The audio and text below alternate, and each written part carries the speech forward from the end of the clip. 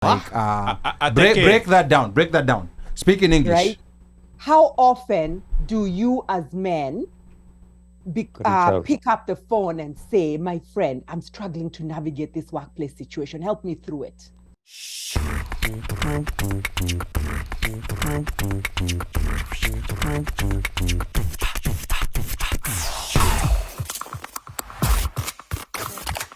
In career acceleration, is there any common differences you've seen in, for example, black men that are born in America as opposed to those black men who were raised in other countries? You know, we're talking about the Kenyans, the Nigerians, and even within these African nationalities, Kim here was already pointing out certain differences. You know, South Africans, Ghanaians. Yeah. So Tabitha, talk to us about that.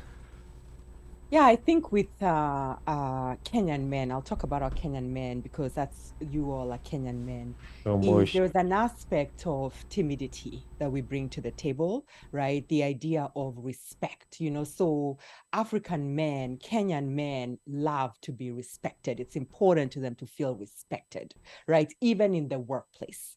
Right. And so we also in the workplace tend to feel that respect also requires some timidity from us. And so one of the things that we don't do as much is self-promotion, right? Because of the aspect of timidity. Right. So I think that that's one of the biggest things. Like an African-American man, for example, is more likely to stand up to something he considers unfair. Mm-hmm. Versus a Kenyan man is more likely to say, why ruffle those feathers? Let me just go with the flow. Wow. Okay. That's interesting. And now there was the aspect of like the Nigerians, for example. And I think the Nigerians resonate more with the African Americans in terms of standing up. And is this based on how we were raised? Is this based on just But why is this the case? You know, I mean, I cannot say that I know the answers, but if I was to offer a wild guess, I would guess that it's because of Kenya was I'm trying to forget British colony. The name of type of colony we were. It was a settler colony. We were settler colony. Yeah. And because we were settler colony, we had to remove all our culture and identity from ourselves in order to be successful settler colony. And then we had to learn to really respect authority or face consequence. White people. Right? And so that we absorbed that, and that has been passed on generationally about the power of authority. When somebody is a PhD, you can't speak back because you're only a bachelor's degree person. When a person is older than you and they say something that you disagree with, you can't speak back. When a teacher says something, even if you're wrong, they are wrong, you accept it. So this culture of silencing ourselves, right, shows up in the workplace as well. Wow, you know, like, and this is quite a shift that has to happen, because it's the instinct. It's the first instinct. This is what you've been doing, you know, like from when you were young. Let's hear a little bit from the people from Kenya before we wrap up on this aspect actually of you're working in Kenya, but now you're competing with people from different cultures. Kim. Yeah, that's true. Actually, once I had a conversation with my boss, and he was saying so it was something to do with sales numbers, and you know we had a good quarter. So he asked me, "What did you do different?" And I started with it was team effort. Kujaribu tu. Kujaribu tu. So the guy, you know, well, I hope he's not listening, but he might be tuned in. He might be originally from the West. So he actually said it. He said, "You're a humble guy," and to me, that almost. You're too nice. I was thinking maybe it's a compliment. That's a compliment, but I think in hindsight. It's him telling me you need to put some praise on yourself around self-promote. Yeah, you know, around having achieved that. Because we are saying, oh, you know, we worked together with so and so on this deal, and it worked. You know, things worked out well. Same for this other one. So in the end, he's the one telling me that it was all you. You know, you couldn't say it the way you want to, and this is him saying. So the expectation then is that it should be the reverse. It should be me telling, or promoting myself, so that visibility is seen, and like NJERI said, I think this is a culmination of a mix of things. You know, how we were raised. You know, Especially your that folks one. were in the room. You didn't talk. You know, you didn't. The adults spoke, even if what they said you disagreed with. You didn't have an opinion, right? You went to school.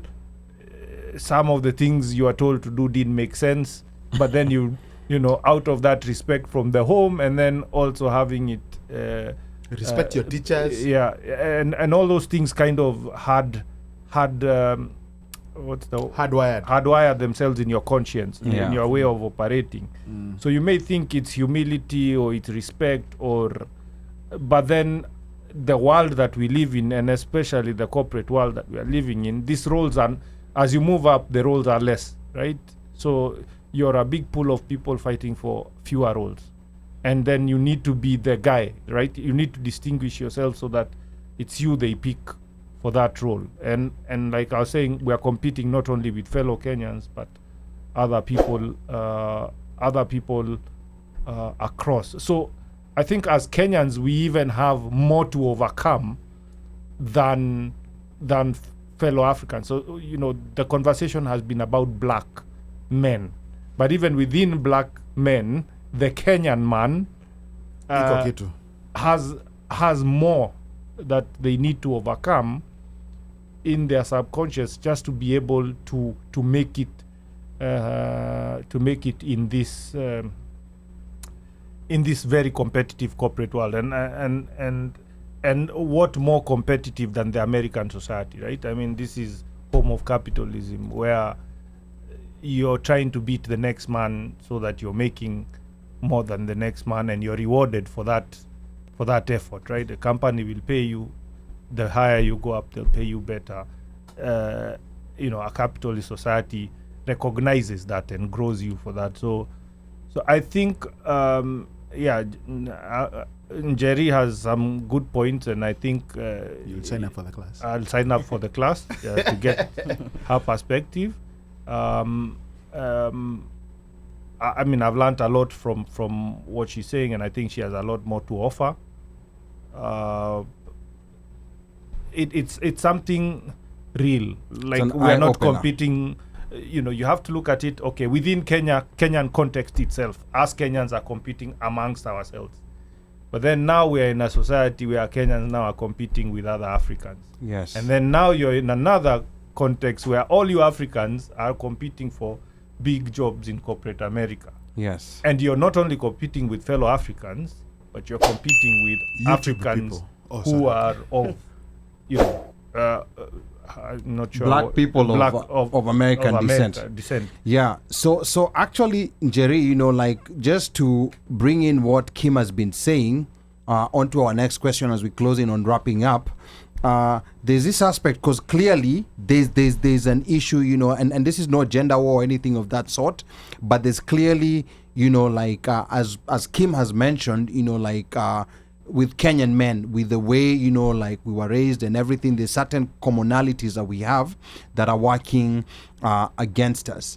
And I just wanted your thoughts on whether this topic about black men is important for black women to pay attention to. And the reason why I say this is, when you look at the American context, the Kenyans in American context, and when you go to these public forums where you have Kenyans, it is more likely that that a Kenyan woman who is excelling in the corporate space or in whatever space here in America will publish that for the world to know than a Kenyan man will do it.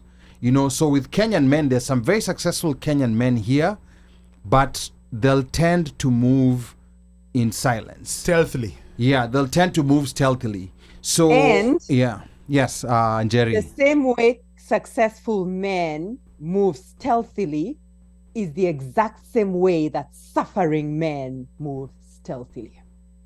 Say, just expound on that. You know, like break break that down. Break that down. Speak in English. Right?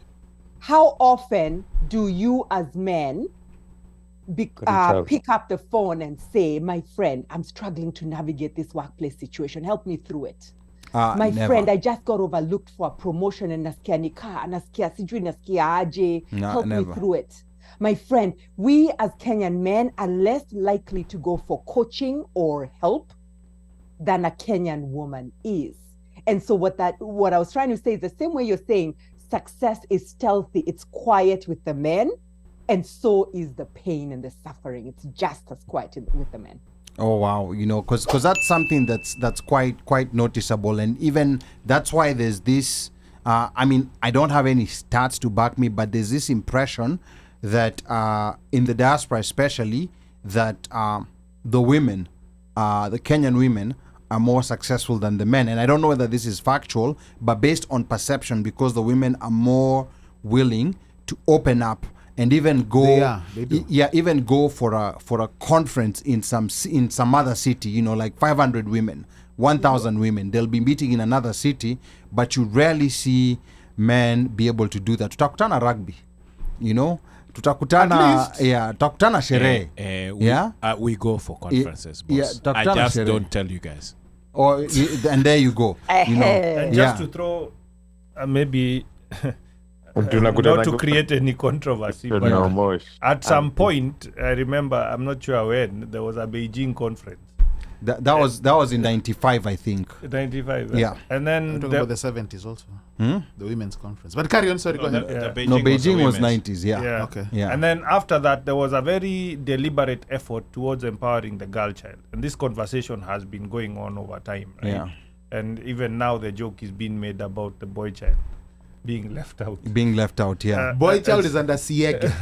Exactly. So and maybe that could have a part to play. I don't, again, not factual. Stop just shaking your a head, view. madam. Stop shaking your head. It could be that it had a part to play in instilling confidence in girls over time, and which is making them, you know, more vocal, more outgoing. Orata kumea pembe.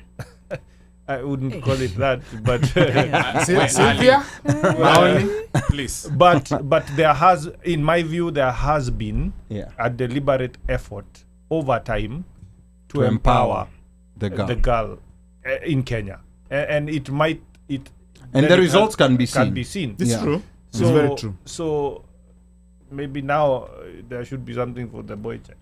I mean.